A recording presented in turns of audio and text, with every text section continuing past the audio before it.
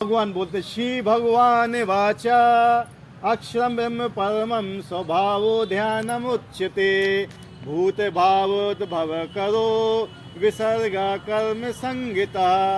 भगवान का अविनाशी और दिव्य जीव ब्रह्म कहलाता है। पहला क्वेश्चन क्या था? ब्रह्म क्या है?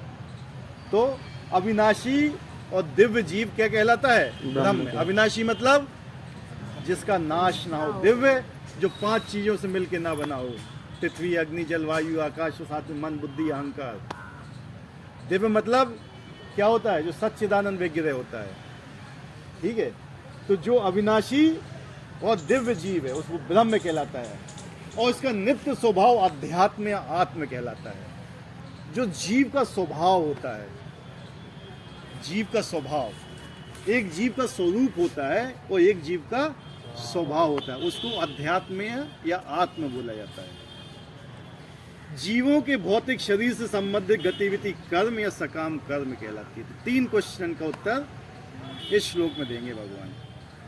पहला क्या है? ब्रह्म। तो दूसरा क्या है? आत्मा। और तीसरा क्या है? सकाम कर्म। तो ब्रह्म कैसे क्या समझे आप? ब्रह्म मतलब क्या होता है? अविनाशी मतलब जो नाश ना हो, सनातन। क्या? सनातन। उसको क्या बोलते हैं? जी, ब्रह्म।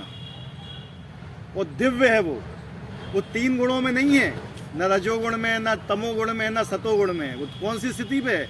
विशुद्ध सत्व बोला था, दिव्य स्थिति में है। वो इन तीनों चीजों में नहीं फंसता है, वो भौतिक जगत में नहीं फंसता है। ठीक है। और आत्मा किसे वो लगे? आत्म, जो जीव का स्वभाव है। हर व्यक्ति का अलग अलग स्वभाव होता है। क्या होता है?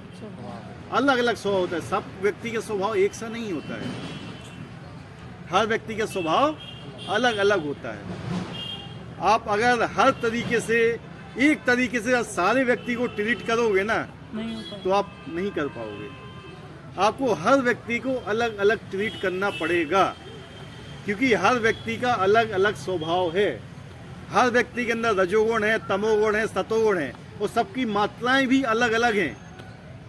ठीक है, किसी में सतोगुण ज़्यादा है, किसी में सतोगुण कम है, किसी में रजोगुण ज़्यादा है, किसी में रजोगुण कम है, किसी में तमोगुण ज़्यादा है, किसी में तमोगुण कम है।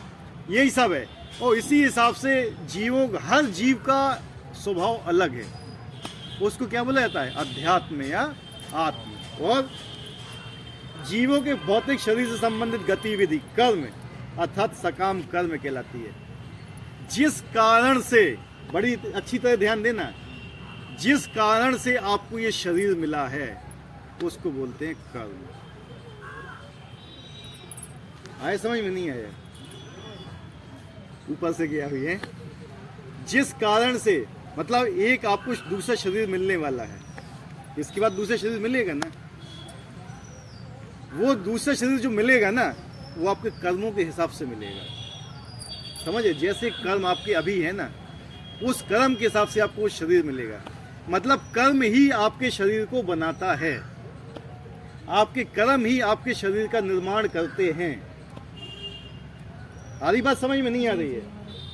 जैसा आप कर्म करोगे वैसा ही आपको शरीर मिलेगा। आप अच्छे कर्म करोगे आपको अच्छा शरीर मिलेगा, आप गलत कर्म करोगे आपको गलत शरीर मिलेगा। तो आपको जो भी शरीर मिलता है उसके कर्मों के हिसाब से, कोई मक्खी है उसको उसके कर्म के हिसाब से मक्खी का शरीर मिला, हाथी है उसको अपने कर्मों के हिसाब से हाथी का शरीर मिला, कोई सांप है उसको कर्मों के हिसाब से सांप का शरीर मिला। हम मनुष्य हैं, हम मनुष्य शरीर में हैं, हमें अपने कर्मों के हिसाब से ही मिला है। समझे? उसको बोलते हैं मेनली यहाँ पे कर्म। तब इसको व्याख्या को पढ़ लिया जाए, तात्पर्य को। ब्रह्म अविनाशी तथा नित्य है और इसका विधान कभी नहीं बदलता। मतलब ऐसा नहीं है कि कभी विनाशी हो जाएगा ब्रह्म या दिव्य नहीं रहेगा, ऐसा नहीं होता है। किंतु ब्रह्म से परे पर ब्रह्म होता है। जैसे आत्मा के बड़े क्या होता है? परमात्मा। जीव के ऊपर क्या होता है? भगवान। ऐसे ही ब्रह्म के ऊपर पर ब्रह्म होता है। ब्रह्म क्या है? हमारे जैसे जीवन को क्या बोलते हैं? ब्रह्म। और भगवान को क्या बोलते हैं? पर ब्रह्म। ब्रह्म का अर्थ जीव तथा पर ब्रह्म का अर्थ भगवान है। जीव का स्वरूप भौतिक जगत में उसकी स्थिति से भिन्न होता है। भौतिक चेतना में उसका स्वभाव पदार्थ पर प्रभुत्व जताना है। क्या होता है? जीव का स्वरूप भौतिक जगत में उसकी स्थिति से भिन्न होता है। जो स्वरूप होता है जीव का स्वरूप क्या होता है? भौतिक शरीर से भिन्न होता हैं? भौतिक स्थिति से भिन्न। जीव का स्वरूप क्या बताया था भगवान चैतन्य महाप्रभु ने? Very good. जीवेर स्वरूप कृष्णेर नित्य दास। जीव का क्या स्वरूप होता है? कृष्ण के भगवान का सेवक होता है वो। लेकिन भौतिक जगत में आके वो ये भूल जाता है, उसको भुला दिया जाता है और उसको जानबूझ के भुलाया जाता है। ठीक है, अगर किसी व्यक्ति का ऑपरेशन करना है तो उसको एनास्थीसिया देना पड़ता है, नहीं तो ऑपरेशन नहीं होगा। नहीं तो क्या होगा? हैं? नहीं सह पाएगा। इसलिए जब जीव को यहाँ भेजा जाता है ना, तो उसकी सब चीज भुलाई जाती है कि वो भगवान का सेवक है, क्योंकि भूलना चाहता था, वो भगवान की सेवा नहीं करना चाहता, इसलिए उसको भुलाया जाता है। क्योंकि अगर वो यहाँ जान जाएगा कि वो भगवान का सेवक है तो फिर यहाँ वो कष्ट नहीं भोगेगा। समझे बात को? अगर जीव ये जान गया कि मैं भगवान का सेवक हूँ, मैं माया के सेवक नहीं हूँ, तो यहाँ नहीं रह पाएगा, वो भाग जाएगा इधर से। लेकिन उसको भुलाया जाता है, क्योंकि उसको कष्ट मिलना है, उसको भुलाया जाएगा, तब वो यहाँ पे भोगना चालू। लेकिन जब उसको वैष्णव मिलते हैं तो उनको बताता है, वो वैष्णव बताते हैं उनको कि तुम भगवान के सेवक हो, फिर वो यहाँ कष्ट नहीं भोगता, फिर वो भागने के पीछे पड़ता है। इसलिए उसको भुलाया जाता है। जैसे किसी व्यक्ति को एनास्थीसिया दिया जाता है ना ऑपरेशन से पहले, उसको कष्ट महसूस ना हो, इसलिए जीव यहाँ भोग रहा है और उसको कष्ट नहीं लग रहा है। लेकिन जब उसको पता चल जाता है कि यार यहाँ तो ये कष्ट का स्थान है, मैं यहाँ क्यों, तब वो फिर भागना चालू करता है। जब एनास्थीसिया का नशा खत्म होता है ना, तब उसको फिर क्या होता है? दर्द चालू होता है। जब हमारा मोह खत्म हो जाता है ना, तो हमें इस संसार में फिर कष्ट लगने लगते हैं। अभी हमारा मोह इस संसार में फंसा हुआ है। जब तक मोह यहाँ रहेगा तब तक वो कष्ट फील नहीं होगा। कष्ट तब फील होता है जब यहाँ का मोह नष्ट होता है। मोह किस चीज से होता है? धन से होता है, स्त्री से होता है, संपत्ति से होता है। वही रे, संपत्ति, बच्चे सब में आ जाते हैं, इनसे मोह होता है। अगर बच्चे भी भगवान का भक्त बन जाए तो उससे मोह करना श्रेष्ठ हो जाएगा। ठीक है, लेकिन वैसा भी हम लोग नहीं करना चाहते हैं। जो भी चीज़ है, संपत्ति आपके पास, वही भगवान के नाम है, समझ लो। मान लो उसको भगवान की ही दी हुई है, सब चीज़ पवित्र हो गई, कुछ नहीं बचा। जो आप यहाँ कर रहे हो वही वहाँ करोगे।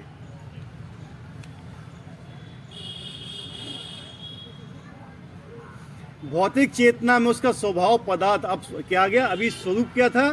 जीवे स्वरूप है नित्य कृष्णदास। अब स्वभाव, स्वभाव क्या है जीव का? जो भौतिक जात को प्रभुत्व जताना, मैं स्वामी हूँ। क्या है? मैं स्वामी हूँ। यहाँ पे भी यही होता है ना, मैं स्वामी हूँ। भगवान स्वामी नहीं है, मैं स्वामी हूँ इधर पे। तो ये जीव का स्वभाव हो जाता है। इसको बोला जाता है क्या? आत्म, अध्यात्म, जीव के स्वभाव को। किंतु आध्यात्मिक चेतना है, कृष्ण भाव में उसकी स्थिति परमेश्वर की सेवा करना है। जब जीव भौतिक चेतना में होता है तो इस संसार में विभिन्न प्रकार के शरीर धारण करना पड़ते हैं। यह भौतिक चेतना के कारण कर्म अथवा विविध सृष्टि कहलाता है।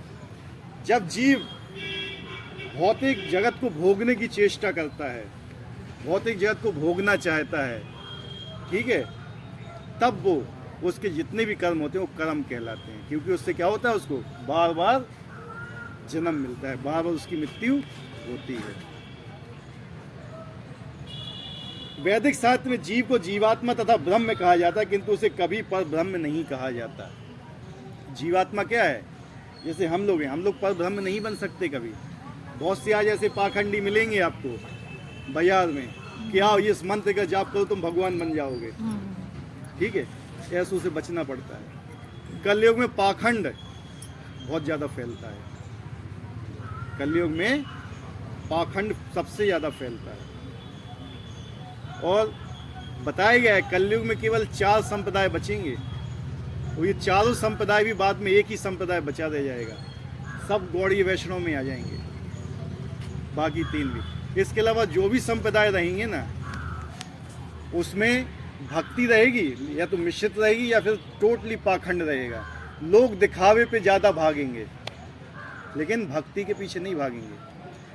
असली बात क्या है ना, अगर एक शब्द में बोला जाए ना, हमारे अंदर जो मानसिकता है ना, हमारे अंदर मानसिकता संसार को दिखाने की है, भगवान को दिखाने की नहीं है। हमें दिखाना चाहिए भगवान को, है कि नहीं? लेकिन हम दिखाते किसको हैं? संसार को। कि संसार हमारा भला कर देगा? कोई नहीं करेगा। हम संसार को दिखाना चाहते हैं और भगवान को हम नहीं दिखाना चाहते। लेकिन भगवान सब देख रहे हैं कि हमारे अंदर क्या चल रहा है। कोई भी चीज हमारे मन में आने से पहले भगवान को पता चल जाती है इसके मन में क्या आ रहा है, तो हम उन्हीं से छिपाते हैं।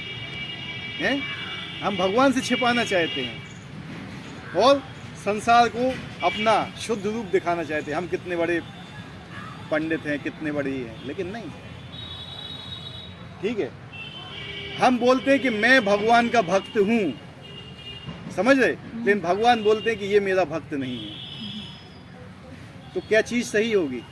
ये भगवान बोला है, भगवान की बात सही होगी। हम अपने आप को भगवान का भक्त मानते, क्या भगवान हमें अपना भक्त मानते हैं? है कि नहीं? बात तो वो होगी जब भगवान हमें अपना भक्त माने। अभी हम क्या है? हम अंडर प्रोसेस हैं।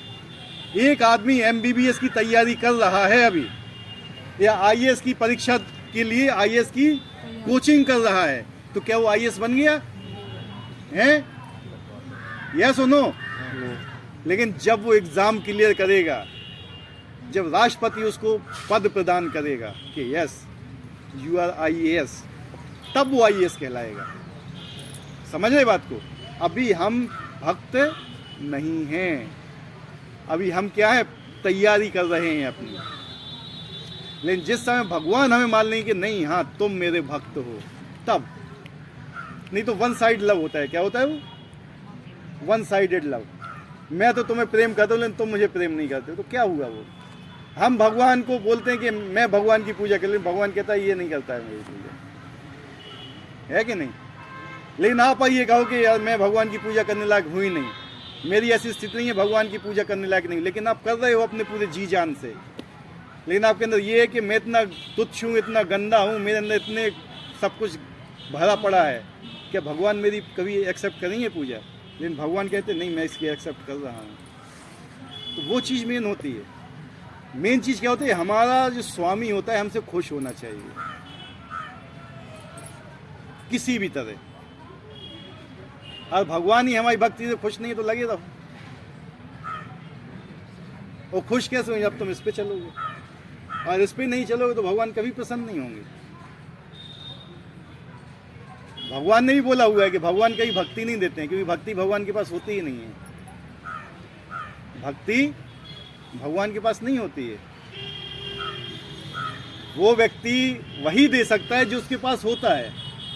और एक व्यक्ति धनवान है, पैसा दे सकता है आपको, है कि नहीं? भक्ति मतलब क्या होता है? प्रेम, भगवान के प्रति प्रेम है। क्या भगवान अपने से प्रेम करते हैं क्या? लेकिन जो व्यक्ति भगवान से प्रेम करता है ना, वो आपको दे सकता है। जैसे राधा रानी, जो भगवान के भक्त हैं, जो भगवान से प्रेम करते हैं, उनके पास भक्ति होती है। इसलिए चैतन्य महाप्रभु, जब भगवान ने ये देखा कि मेरे अंदर ऐसा क्या चीज़ है जो राधा रानी बहुत ज़्यादा प्रसन्न होती हैं देख के, वो कभी तृप्त नहीं होती हैं, तो भगवान ने कहा वो चीज़ मैं भी देखना चाहता हूँ क्या? तो भगवान स्वयं चैतन्य महाप्रभु के रूप में आए और फिर उन्हें भक्ति का सिद्धांत बताया। ठीक है, यानी भक्ति भगवान, अब भगवान से भक्ति मांगोगे कभी नहीं मिलेगी, लेकिन भगवान के शुद्ध भक्तों से मांग के देख लें, तुरंत भक्ति मिल जाएगी। ये होती है भक्ति की पराकाष्ठा। भगवान की सेवा करने से कभी भक्ति नहीं मिलेगी, लेकिन भगवान के भक्तों की सेवा करोगे तो भगवान पहले पास में आ जाएंगे। लेकिन होना चाहिए शुद्ध,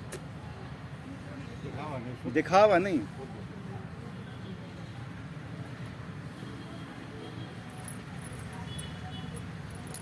जीवात्मा विभिन्न स्थिति का ग्रहण करता है। कभी वे अंधकार पूर्ण भौतिक प्रकृति से मिल जाता है और पदार्थ को अपना स्वरूप मान लेता है, तो कभी परा आध्यात्मिक प्रकृति के साथ मिल जाता है। इसलिए वे परमेश्वर की तटस्थ शक्ति कहलाता है। देखो 3 शक्तियाँ होती हैं भगवान की। भगवान की मेन शक्ति क्या है? 3। एक होती है अंतरंगा। क्या होती है? अंतरंगा है। अंतरंगा मतलब क्या है? जो भगवान की शक्ति है, जिसको राधा रानी बोला जाता है। एक होती है बहिरंगा शक्ति। क्या होती है? जिसको भौतिक शक्ति, जिसको दुर्गा रानी बोला जाता है, दुर्गा देवी। कैसी हैं? भौतिक शक्ति है भगवान की, मतलब भौतिक जगत पे कंट्रोल करने वाली है। वो अंतरंगा शक्ति भगवान की आध्यात्मिक जगत को कंट्रोल करती है। जो वो एक तटस्था, मतलब तट पे स्थित है। मतलब जहाँ पे तट किसको बोलते हैं? यहाँ 2 चीज में, जहाँ पानी और जल जमीन का मेल होता है, वहाँ पे एक शक्ति है। वो पानी में भी जा सकती है और जमीन पे भी जा सकती है। वो होता है जीव, जो हम लोग हैं। हम सब क्या है? भगवान की तटस्था शक्ति हैं। हम कभी भी माया में भी जा सकते हैं और हम भगवान की सेवा में भी जा सकते हैं। स्वतंत्रता हमारी है, हम कहाँ जाना चाहें। लेकिन जो भगवान की अंतरंग शक्ति होती, कभी भौतिक शक्ति में जा ही नहीं सकती है। ठीक है, तो भगवान की मेनली 3 शक्तियां, और हम उसमें से क्या हैं? तटस्था। तो हमें इतना प्रयास करना चाहिए, कम से कम पानी में ना जाएं। हम अपने आप को तट पे रखें, भगवान के भक्तों के साथ रखें, भगवान की कथाओं के साथ रखें। कम से कम भगवान का स्मरण हमें होता रहे। और धीरे धीरे हमें क्या है? स्मरण बढ़ता रहेगा ना, तो अंत समय भी हमें क्या होगा? भगवान का ही स्मरण आएगा। कोई भी व्यक्ति चाहे जैसा भी हो, कोई व्यक्ति कभी खराब नहीं होता है। क्या है? कोई भी व्यक्ति कभी भी खराब नहीं होता है। अगर वो व्यक्ति माला जाप कर रहा है, क्या माला जाप कर रहा है सही से, एक न एक दिन वो शुद्ध है जरूर होगा, अगर वो अपराध ना करे तो। कोई भी व्यक्ति हो, अगर उसने भगवान का नाम पकड़ लिया ना और भगवान का नाम जाप कर रहा है, शुद्ध होगा, 100% शुद्ध होगा, कि भगवान के नाम में ऐसी शक्ति है। और अगर ये देखना है तो नाम जाप करना स्टार्ट करो, और उस समय की स्थिति याद करो जिस समय आप नाम जाप नहीं करते थे, अपनी आज की स्थिति याद करो, कितना चेंज हुआ है। होता है परिवर्तन, लेकिन क्या है, पहले हम बहुत ज़्यादा तमोगुण में थे, अभी नहीं है, अभी कुछ तो कम हुआ ना हमारे अंदर। वो शक्ति किससे आई है? नाम से आई है, भगवान के नाम में। और हम उसी हिसाब से चलते रहे तो एक दिन हम शुद्ध हो जाएंगे। इसलिए क्या होते हैं, भक्तों के अंदर भी अलग अलग स्वभाव हो सकते हैं, क्योंकि जीव का क्या होता है? एक अलग स्वभाव होता है। मेरा अलग स्वभाव है, इनका अलग स्वभाव है, इनका अलग स्वभाव है, उनका अलग स्वभाव है। सबका अलग अलग स्वभाव हो सकता है, लेकिन हमें ये देखना चाहिए कि वो व्यक्ति माला जाप कर रहा है अथवा नहीं। एक आदमी बाहर से चाहे जितना अच्छा दिखता हो, चाहे जितना अच्छा संत पुरुष हो, अगर वो भगवान का नाम जाप नहीं कर रहा है तो कभी शुद्ध नहीं हो सकता, कि भगवान के धाम नहीं जा सकता है वो। लेकिन अगर एक व्यक्ति में हजारों है भरे हुए हैं, लेकिन फिर भी वो श्रद्धापूर्वक अपने आप को शुद्ध करना चाहता है, भगवान का नाम ले रहा है वो, तो एक दिन वो शुद्ध हो जाएगा। ये भगवान के नाम की शक्ति है। इसलिए कहते हैं कि कुछ भी हो, जैसा भी स्थिति हो, लेकिन नाम नहीं छूटना चाहिए। आप चाहे जनरल में बैठे हो, चाहे स्लीपर में बैठे हो, चाहे एसी में बैठे हो, चाहे फर्स्ट क्लास में बैठे हो, अगर आप ट्रेन में बैठे हो, ट्रेन चल रही है, तो आप एक दिन गंतव्य पे जरूर पहुंचोगे। माला चलना चाहिए, गाड़ी का एक्सीडेंट नहीं होना चाहिए, गाड़ी रुकना भी चाहिए, गाड़ी पंचर भी नहीं होना चाहिए। ठीक है, तो जो अपराध होते हैं, अपराध से भी हमें बचना है और साथ में नाम जाप भी करना है। तो ये चीज़ अगर हमने समझ ली है ना, तो एक न एक दिन हम निकल जाएंगे इधर से। और धीरे धीरे शुद्धता होती है। कुछ शुद्धता इस जन्म में हो जाएगी। हमारा तो इतना ही रहता है कि आप लोग इसी जन्म में निकलो यहाँ से, लेकिन भगवान तो इतना तक बोलते हैं कि इस जन्म में भी आप नहीं निकाल पाए ना, तो चेतना तो ऊपर उठी ना आपकी। अगर आप आज जब जन्म लिए थे उस समय आप पूरे तमोगुण में थे, लेकिन मरते समय तो आप तमोगुण में नहीं रहे ना, तो आपको उस जगह जन्म मिलेगा जहाँ से आपको भक्ति करने का और मिलेगा। बताते थे भगवान पिछले श्लोक में भगवान ने बताया था, वही है। उस पर बैठ जाइए माता जी, आप चेयर पे बैठ जाइए। ठीक है, तो वही चीज याद रखना है हमें कि मतलब मृत्यु के समय हमारी चेतना कैसी होगी। तो प्राण काले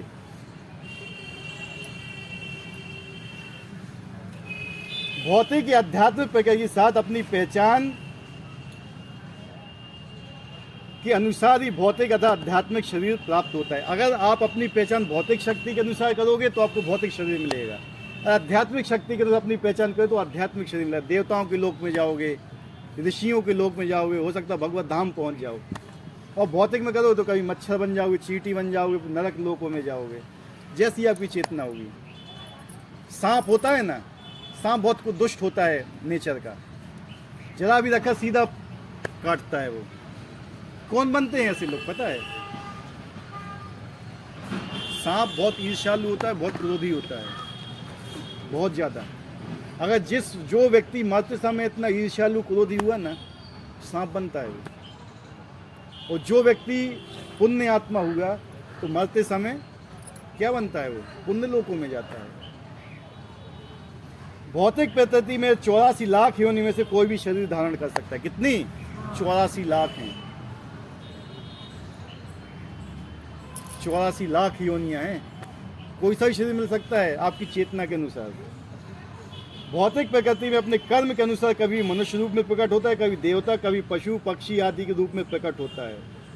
कुछ भी मिल सकता है आपको, जैसी आपकी मृत्यु के समय जैसी चेतना है उसी के अनुसार ही आपको शरीर मिलेगा। ठीक है? स्वर्ग लोक की प्राप्ति वहां का सुख भोगने की इच्छा से कभी कभी यज्ञ संपन्न करता है, किंतु जब उसका पुण्य क्षीण हो जाता है तो वो पुनः मनुष्य रूप में पृथ्वी पर वापस आ जाता है। ये प्रक्रिया कर्म कहलाती है। मतलब क्या हुआ? एक कर्म का चक्र होता है। क्या होता है? साइकिल, साइकिल बोला जाता है, चक्र। एक सोलर चक्र होता है, किसी ने पढ़ा है साइंस में? सोलर साइकिल, सोलर चक्र पढ़ा है? हैं? पढ़ा है ना? क्या होता है? सूरज निकलता है, सूरज से समुद्र से क्या बनती है? भाप बनती है, भाप से बादल बनता है, बादल से वर्षा होती है, फिर वही पानी कहाँ जाता है? समुद्र में आ जाता है। इसी प्रकार अभी आप जीव हो, आप यज्ञ करोगे, अच्छे कर्म करो तो कहाँ जाओगे? देवताओं के लोक में जाओगे, वहाँ जाओगे, भोग भोगोगे, जब पुण्य छीणोगे तो वापस आ जाओगे। ये क्रिया क्या होती है? चलती रहती है। और कभी आपने गलत कर्म किए, नीचे की योनि में जाओगे, भोगोगे वहाँ पे, फिर वापस आओगे। जो मीडियम लेवल है ना मनुष्य, यहाँ से ही मतलब आप भगवत धाम जा सकते हो। जैसे एयरक्राफ्ट होता है, एयरक्राफ्ट जानते हो? एरोप्लेन, एरोप्लेन कहाँ से उड़ता है? रनवे, रनवे बोलते हैं, वहाँ से उड़ता है। अगर वो रनवे को नहीं छोड़ना चाहेगा तो उड़ भी नहीं सकता है। हैं? बात सही है कि नहीं? अगर वो कहे कि नहीं मुझे इसी के ऊपर दौड़ना है, मुझे उड़ना नहीं है, उड़ेगा भी नहीं वो। इसलिए उसको ऊपर उड़ने के लिए उसको छोड़ना पड़ता है। हमें अगली सीढ़ी पे पैर रखने के लिए नीचे वाली सीढ़ी से पैर उठाना पड़ता है। इसलिए हमें ऊंची चेतना पे आने के लिए नीचे वाली चेतना को त्यागना होता है। अगर आप ऊंची वाली सीढ़ी पे पैर रखोगे, नीचे वाली अपने आप ऊपर आएगी, उसको छोड़ने की जरूरत नहीं पड़ती है। इसी प्रकार से जो हमारी पुरानी चेतनाएं थी, अगर हम ऊपर वाली चेतना पे आएंगे तो अपने आप चली जाएंगी। वो आपको अलग से प्रयास करने की जरूरत नहीं पड़ेगी उसके लिए। तो ये मनुष्य शरीर क्या है? एक हवाई अड्डे के समान है। क्या है? हवाई अड्डे के समान है। यहाँ से या भगवत धाम जा सकते हो, इसके अलावा कोई नहीं है। देवता भी मनुष्य शरीर लेने के लिए तरसते हैं। देवता भी मनुष्य शरीर लेने के लिए क्या है? तरसते हैं, क्योंकि देवता भी भगवत धाम नहीं जा सकते हैं, उनको भी मनुष्य शरीर में आना पड़ता है भगवत धाम जाने के लिए। इतना महत्वपूर्ण है ये। और इतना महत्वपूर्ण होते हुए, जानते हुए भी अगर हम इसका सही उपयोग नहीं करेंगे ना, तो बहुत बहुत ही मतलब हमारा नुकसान है उसमें। हैं? कैसा? देखो क्या होता है ना, ले सकते हैं, लेकिन क्या होता है ना, जब किसी लोग बहुत ज्यादा भोग ऐश्वर्य होता है ना, उसकी चेतना कम हो जाती है। करोड़पति अरबपति लोग हैं, क्या सारे लोग भगवान का नाम लेते हैं? हैं? उसमें शायद कुछ ही लेते होंगे। ऐसे ही उनके पास इतने भोग होते, इतनी समृद्धि होती है, उनको कष्ट ही कभी महसूस नहीं होता है, उनको भगवान की याद ही नहीं आती है। अगर हाँ ऐसी चेतना है कि भगवान का नाम याद आ रहा है उनको, तो वहाँ से भी ऊपर जा सकते हैं, ठीक है। लेकिन वो स्थिति क्या है, बहुत कम है। यहाँ पे देख लो, जितने लोगों के पास करोड़पति हैं, अरबपति हैं, कितने भगवान का नाम लेते हैं, सब गलत चीज़ों में फंसे मिलेंगे आपको।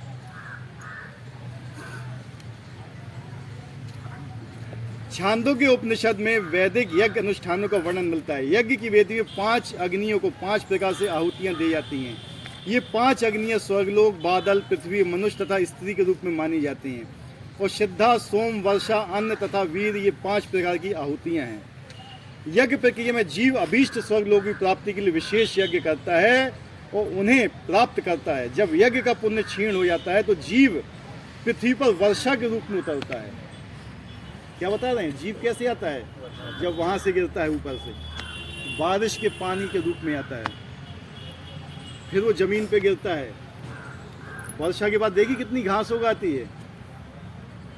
जीव कहाँ से आता है, वर्षा से। जो स्वर्ग से आते हैं वो किससे आते हैं, बारिश के दौरान आते हैं। और ये घास के रूप में होते हैं। घास कौन खाती है, गाय खाती है, या फिर वो फिर अन्न के रूप में उगते हैं।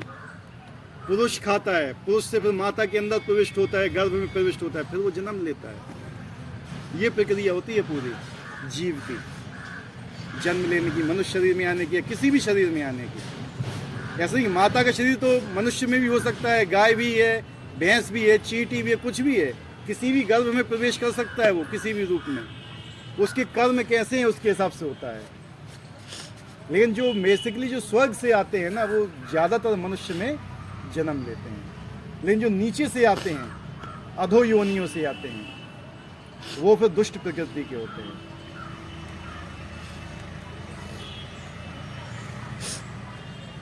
जब यज्ञ का पुण्य क्षीण होता है, जीव पृथ्वी पर वर्षा के रूप में उतरता है और अन्न का रूप ग्रहण करता है। इस अन्न को मनुष्य खाता है, जिससे वे वीर में परिणत होता है और स्त्री के गर्भ में जाकर फिर से मनुष्य का रूप धारण करता है। ये मनुष्य पुनः यज्ञ करता है, पुनः वही चक्र चलता है। समझ, वही चीज चली। उसने यज्ञ किया, यज्ञ करके स्वर्ग की प्राप्ति की, स्वर्ग में सारे भोग उसने भोग लिए, वर्षा के रूप में नीचे आया, अन्न के रूप में होगा, पुरुष के शरीर में गया, वीर के रूप में परिवर्तित हुआ, माता के गर्भ में गया, फिर पुरुष बना, फिर यज्ञ किया। फिर ये क्रिया क्या है, चलती रहती है, चलती रहती है। यही चल रहा है। लेकिन इससे निकलने का भी एक रास्ता है, जो भगवत गीता में बताया गया है। इससे निकलना ही हमारा उद्देश्य है। इस भवबंधन में, चक्र में नहीं। ये इसको बोलते जन्म मृत्यु का चक्र। हम जन्म मृत्यु चक्र में फंसे हुए हैं, बार बार मर रहे हैं, बार बार जन्म ले रहे हैं। जाने कितने बार तो हम मर चुके हैं, कितनी बार हमारा जन्म हो चुका है, फिर भी हम मरने से डरते हैं। बताइए हम लोग मरने से क्यों डरते हैं, कोई बता सकता है?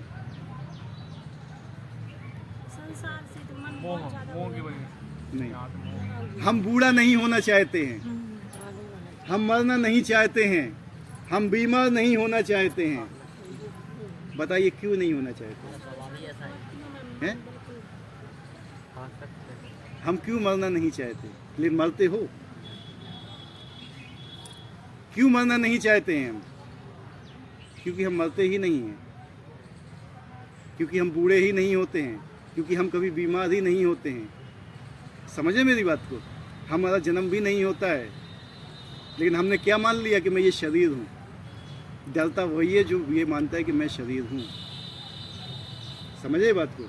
मैं तो मरता नहीं हूँ, ना मैं मर सकता हूँ, ना मैं जन्म ले सकता हूँ, ना मुझे बीमारी आ सकती है, ना मुझे बुढ़ापा आ सकता है। लेकिन मेरे शरीर को जन्म हो सकता है, मेरे शरीर में बीमारी आ सकती है, मेरे शरीर में वृद्धावस्था आ सकती है और मेरा शरीर मर सकता है, लेकिन मैं नहीं मर सकता। समझ रहे बात को? क्या समझे? अभिमान रहता है। जिस व्यक्ति को देह का अभिमान होता है उसको मृत्यु से भय लगता है। जिस आदमी देह की स्थिति से ऊपर हो गया, जब नारियल कच्चा होता है तो उसको निकालने के लिए चाकू की आवश्यकता पड़ती है, और जब जो सूख जाता है ना, अपने आप बोलने लगता है। क्या? कैसे देखते हो नारियल को? बोल रहा है, ज्ञान बोलता है वो। जब व्यक्ति को पता चल जाता है कि मैं शरीर नहीं आत्मा हूँ, वो समझने लगता है, उसको शरीर छोड़ने में कोई फर्क नहीं पड़ता है। वो केवल इतना सोचता है कि मुझे अंत समय में भगवान का नाम याद हो जाए, बस स्मरण हो जाए। तो वो तभी होगा जब जिंदगी भर आप भगवान का नाम स्मरण करोगे, तभी हो पाएगा, अन्यथा नहीं हो पाएगा।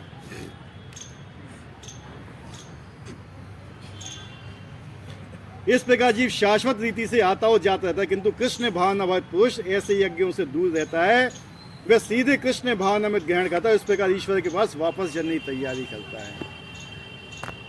एक स्थिति ऐसी भी है कि वो वापस नहीं आएगा।